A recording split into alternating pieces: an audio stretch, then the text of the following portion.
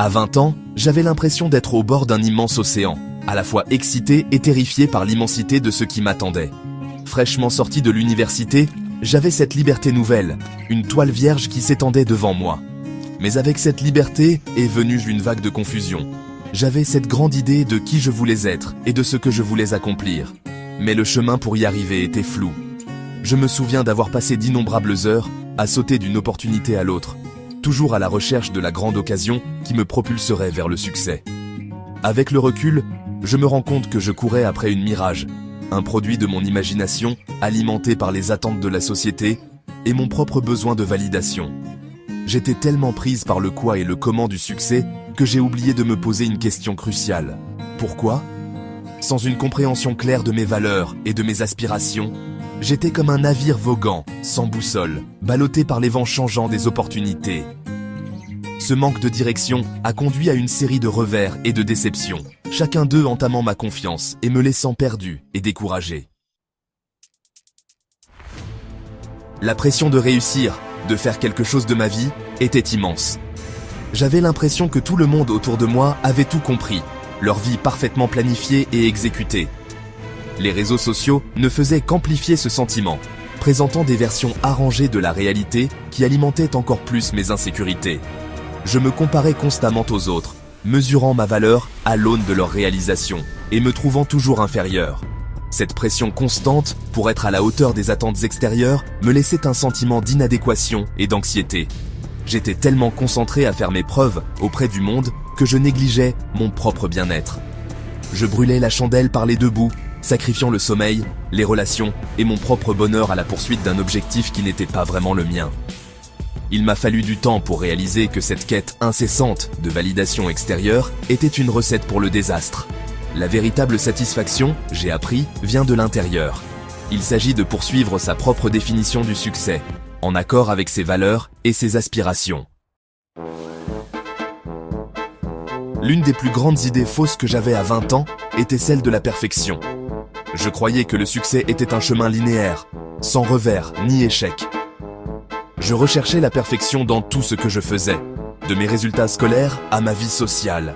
Cette poursuite incessante d'un idéal inaccessible n'a conduit qu'à la frustration et au doute. Chaque erreur, chaque rejet était ressenti comme une attaque personnelle, un signe que je n'étais pas assez bien. J'avais tellement peur d'échouer que j'évitais souvent de prendre des risques ou de saisir des opportunités qui me poussaient hors de ma zone de confort. Cette peur de l'échec est devenue une prophétie autoréalisatrice, m'empêchant d'atteindre mon plein potentiel. Ce n'est qu'en acceptant la nature chaotique et imprévisible de la vie que j'ai commencé à vraiment grandir et à apprendre. J'ai fini par comprendre que l'échec n'est pas le contraire du succès, mais plutôt un tremplin vers celui-ci.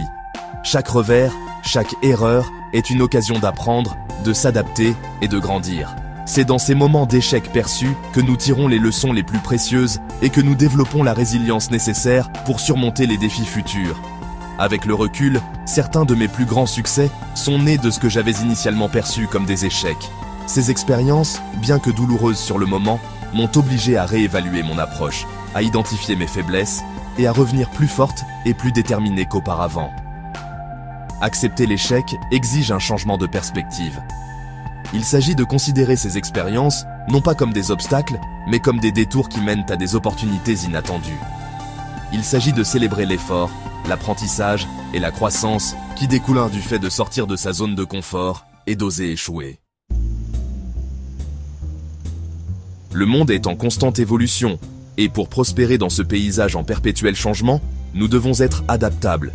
Cela signifie être ouvert aux nouvelles idées, accepter le changement et être prêt à ajuster notre cap si nécessaire. À 20 ans, j'avais un plan rigide pour ma vie, un guide étape par étape pour atteindre mes objectifs. Mais la vie, comme elle le fait souvent, m'a lancé des balles courbes. Des opportunités se sont présentées auxquelles je ne m'attendais pas, et des défis se sont présentés auxquels je n'étais pas préparé. C'est au cours de ces moments que j'ai réalisé l'importance de la flexibilité et de l'adaptabilité. M'accrocher à mon plan rigide n'aurait conduit qu'à des occasions manquées et à des frustrations inutiles. En acceptant le changement et en étant prête à pivoter si nécessaire, j'ai pu naviguer dans ces virages inattendus et créer un parcours plus épanouissant et plus significatif pour moi-même. Section 6. Développer un état d'esprit de croissance. Au cœur de cet état d'esprit résilient et adaptable se trouve le concept d'état d'esprit de croissance. Inventé par la psychologue Carol Dweck, un état d'esprit de croissance est la conviction que nos capacités ne sont pas fixes mais peuvent être développées par le travail acharné, le dévouement et l'apprentissage de nos expériences. Cet état d'esprit est crucial pour naviguer dans les hauts et les bas de la vie, pour rebondir après des revers et pour continuellement viser l'amélioration. Il s'agit de considérer les défis comme des opportunités de croissance et de voir les échecs non pas comme des revers, mais comme des tremplins vers le succès.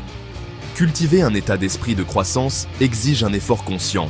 Il s'agit de remettre en question nos croyances limitantes, de recadrer le discours intérieur négatif et de se concentrer sur nos efforts et nos progrès plutôt que uniquement sur le résultat. Il s'agit d'embrasser un cheminement continu d'apprentissage, de croissance et d'amélioration de soi. Section 7. Petits pas, grands changements. L'une des leçons les plus importantes que j'ai apprises au cours de mon parcours est le pouvoir des petites actions constantes. Nous surestimons souvent ce que nous pouvons réaliser à court terme et sous-estimons ce que nous pouvons accomplir à long terme. Au lieu d'essayer de bouleverser nos vies du jour au lendemain, se concentrer sur de petits changements durables peut conduire à des progrès significatifs au fil du temps. Qu'il s'agisse de lire 30 minutes par jour, de pratiquer une nouvelle compétence pendant 15 minutes ou simplement de prendre quelques minutes chaque jour pour réfléchir et pratiquer la gratitude, ces actions apparemment petites peuvent s'accumuler au fil du temps et conduire à des résultats remarquables. La clé est la constance. Il s'agit d'être présent jour après jour, même lorsque nous n'en avons pas envie, et de croire que ces petits pas nous rapprochent de nos objectifs. Section 8. Le voyage de la découverte de soi. La vie n'est pas une course à gagner, mais un voyage à savourer. Il s'agit d'explorer nos passions, de découvrir nos forces et d'évoluer continuellement pour devenir la meilleure version de nous-mêmes. Ce voyage de découverte de soi est continu, rempli de rebondissements, de virages et de détours inattendus. Il est facile de se laisser prendre à la poursuite de la validation extérieure, de mesurer notre valeur par rapport aux normes sociétales du succès. Mais la véritable satisfaction vient de l'intérieur. Il s'agit de se connecter avec notre moi authentique, de poursuivre nos passions et de vivre une vie en accord avec nos valeurs. Ce voyage exige de l'introspection, de la conscience de soi et une volonté d'embrasser l'inconnu. Il s'agit de se poser des questions difficiles, de remettre en question nos croyances limitantes et d'être ouvert à de nouvelles expériences et perspectives qui élargissent nos horizons. Section 9. Embrasser l'inconnu et prospérer. L'avenir est incertain, et ce n'est pas grave. C'est dans l'inconnu que se trouvent les plus grandes opportunités de croissance, d'aventure et d'épanouissement. Au lieu de craindre l'inconnu, embrassons-le à bras ouverts, avec un état d'esprit de curiosité, de résilience et une soif d'aventure. La vie est un cadeau, une tapisserie tissée de fils de joie, de chagrin, d'amour, de pertes, de triomphes et de défaites. C'est le spectre complet de l'expérience humaine qui rend la vie riche, significative et digne d'être vécue. Alors, aux jeunes de 20 ans, je vous exhorte à embrasser l'inconnu, à affronter vos peurs avec courage et à ne jamais cesser d'apprendre et de grandir. Votre voyage est le vôtre. Faites-en un chef-d'œuvre.